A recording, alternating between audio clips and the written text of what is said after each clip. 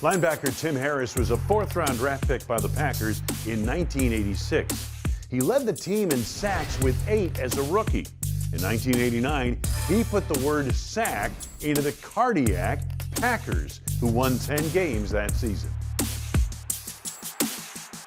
There's some great players in that defense with people like Robert Brown and Barton Noble and all that stuff like that. But we were just trying to keep the ship afloat, so whenever we used to tell the guys sometimes, man, if you get 21 points, I think we can get this, baby, all the time. So hopefully we can stop other teams from scoring that. So we're trying our best to do the best that we could, yeah. The big rivalry was with the Bears, and that game in Lambeau Field late in the 1989 season, the Don Majkowski instant replay game. Give me your recollections of that day, that game in general, and in that play. I just pretty much remember, him just going out and throwing the ball anyway, because usually when the offense is on the field, I try to keep my emotions out of it, so I try to get away from it, or I go sit down at the other end for them and wait for them to reach me, and then when they reach past me and something like that, I go to the other end. That's my little, with everything I put myself into in the play. They have, that way they play and they reach me in the way, at least they're moving the ball. So everything else. And once you got that touchdown there, it's good.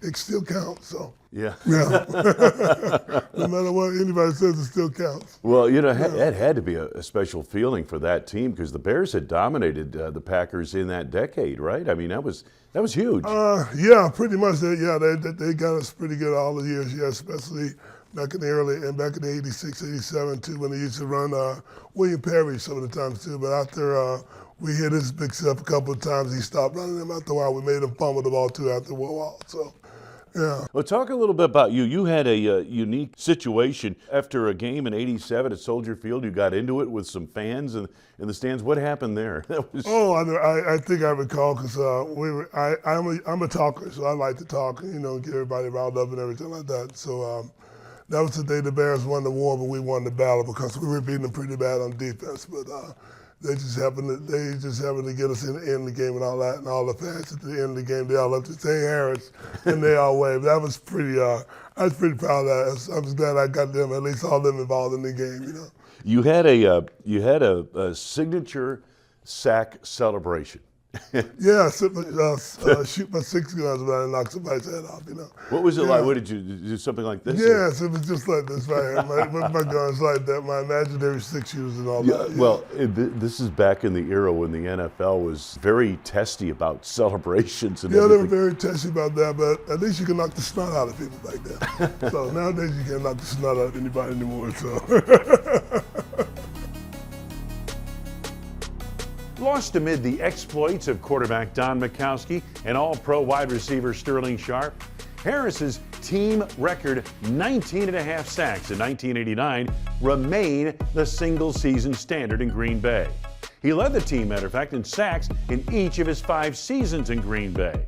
Harris went on to play for the San Francisco 49ers, where he became a world champion. But Green Bay is where he is a Hall of Famer.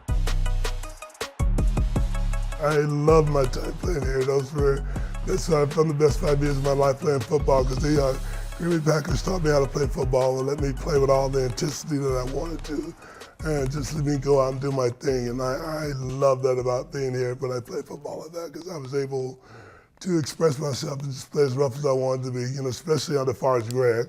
When I got here with Forrest Gregg, our old school coach, so he was one of a kind. So. Him and Dick Mochaleski, they'll throw some football at you and let you play as rough as you can, yeah. When Forrest got here, he was trying to establish a physical edge with this football team, basically to combat the Bears, who were the big boys on the block at that time, right? Yeah, that's true. I remember if we can score in the red zone like the game before, something like that, the next week on Friday we would be out in full pads, full goal line scrimmage, and we would go at each other pretty rough. So yeah, that was old school football back in the day, yeah. So, but it would beat you up pretty bad sometimes too. But he was getting his point across to make sure that we scored. But Tim, with all that hitting in practice, how much did you guys have left for the game? We beat each other up. Not too much. It was not the smartest thing to do, but we did it because Forrest wanted to. we would still do those legendary up downs that we would have to do all the way to the end of the season. It's Oh, like, you're wow. kidding. Wow. And after a while, you got to be in shape sometime eventually, you know, so yeah.